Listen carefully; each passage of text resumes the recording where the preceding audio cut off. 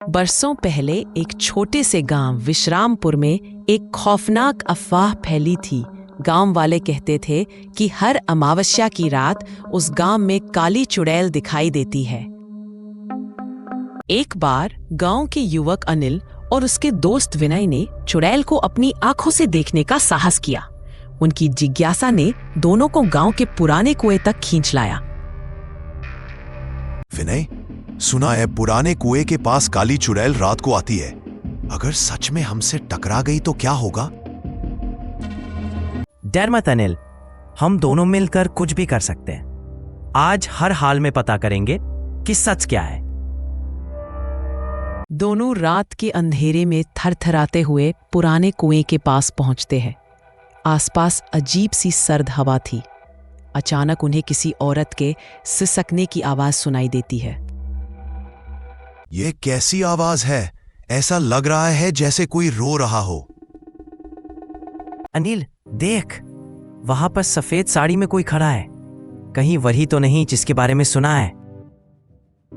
उनमें से एक परछाई धीरे धीरे उनके करीब आ रही थी। दोनों के दिल की धड़कनें तेज हो गईं। हवा और ठंडी हो गई। कौन हो तुम लोग? क्यों आए हो मेरी रात में खलल डालने? हाँ, हम तो सिर्फ ये जानना चाहते थे कि यहाँ क्या सचमुच कोई आत्मा है?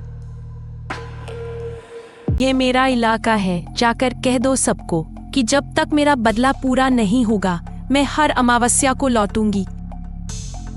दोनों डर से कांपते हुए गांव की ओर भाग पड़े। पहली बार किसी ने चुड़ैल से सीधे बात की थी। दोनों को विश्वास नहीं हो रहा था कि वे जिंदा लौट आए हैं। अनिल, वह सचमुच थी। उसकी आंखों में गहरी नफरत थी। आखिर उसका बदला क्या है? शायद हमें सबसे बूढ़ी दादी मंगला दादी से पूछना चाहिए। वो जरूर कुछ जानती होंगी। अगले दिन मंगला दादी के पास पहुंचे, जो गांव के पुराने राज जानती थी। बेटा, काली चुड़ैल का नाम असल में करुणा था। जमाने पहले उसके साथ गांव के जमींदार ने अन्याय किया था। उसकी आत्मा को न्याय चाहिए। तो दादी, क्या हम उसकी मदद कर सकते हैं जिससे वह चैन से रह सके? अगर तुम्हें सच में उसे शांति देना है तो जमींदार के हवेली में उसकी पुरानी चुनरी ढूंढनी होगी।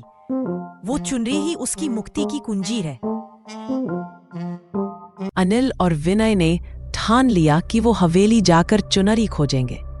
हवेली खंडहर बन चुकी थी और वहां रात में जाना किसी खतरे से कम नहीं था। विनय, हमें रात को वहां जाना होगा। हो सकता है चुड़ैल भी वहां आए। डरो मत।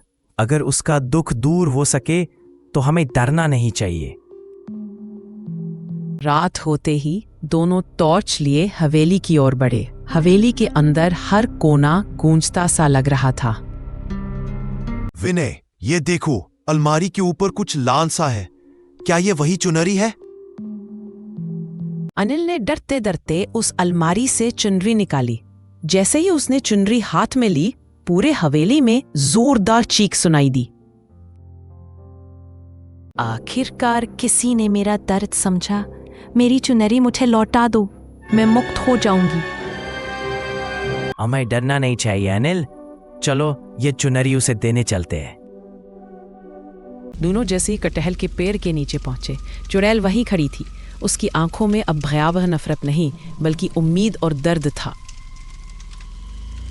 ये भी थी मेरी आखिरी निशानी।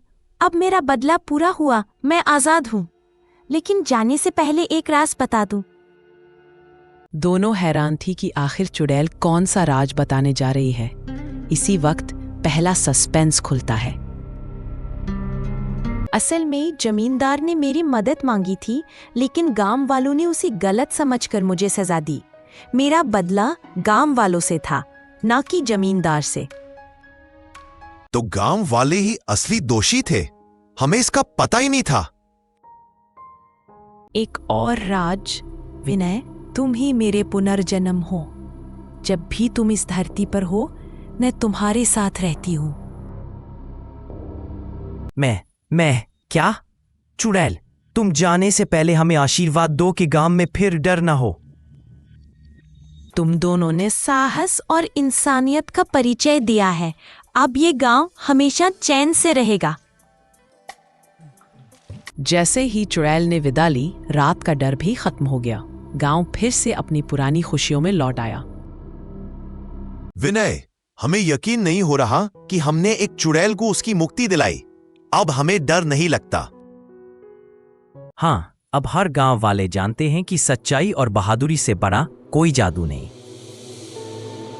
इस तरह विश्रामपुर गांव की काली चुड़ैल की रहस्यमयी कहानी खत्म होती रहे, और साथ ही यह सीख मिलती है कि इलाज डर से नहीं, साहस और समझदारी से ढूंढना चाहिए।